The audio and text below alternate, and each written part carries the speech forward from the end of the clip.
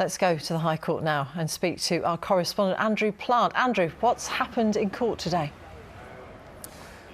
Yeah, Coleen Rooney taking the witness box for the very first time on day 4 of this trial. In fact, she said at the start of her evidence that it's the first time she's ever spoken publicly about this case at all. But I think it's worth a very quick recap about how we even got to this point, this massive libel trial here at the High Court in London. She said it was back in 2018, 2019 that she felt there was information being leaked from her private Instagram account, not her public one. That's got something like 1 million followers or thereabouts, but a private one which has around 300 followers on it. She felt information from there was being given to newspapers, then ending up as newspaper headlines. So she set up what the court has called a sting operation, where she effectively restricted who had access to various posts, and then she put up some fake posts as well, and then she watched and waited to see which ones of those ended up in the newspapers. And then very publicly in 2019, across all of her social media accounts, she declared it Rebekah Vardy's account, and that is why she is now being sued for damages here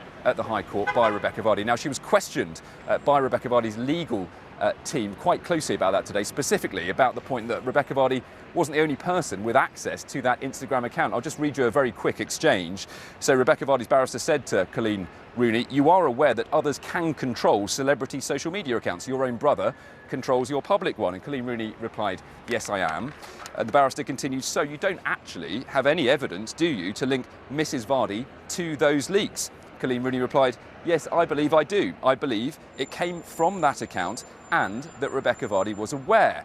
Rebekah Vardy's barrister replied, "I'm afraid what you believe isn't evidence. You might believe that Derby County could win the league in a couple of years' time, but that still isn't evidence." And actually the point he's making is pretty crucial here, because Coleen Rooney's defence to what she said is truth, that she's essentially telling the truth, that it was Rebekah Vardy behind those leaks. And if she can prove that, then she's fine. But if she can't, then she could lose this trial. Now, we've heard over the past few days that Rebekah Vardy's given lots of evidence. I think she got up to about 13 hours worth by the time she'd finished earlier this morning.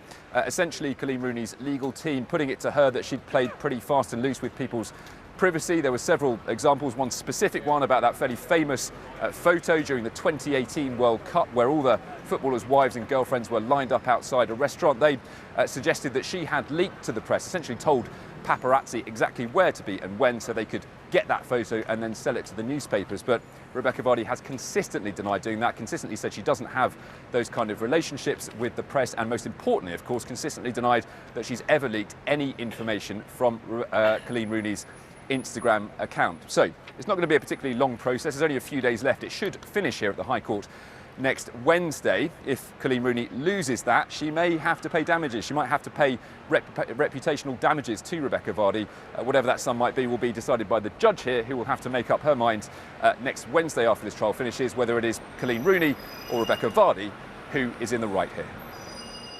Andrew, brilliantly explained. Thank you very much, Andrew Plant.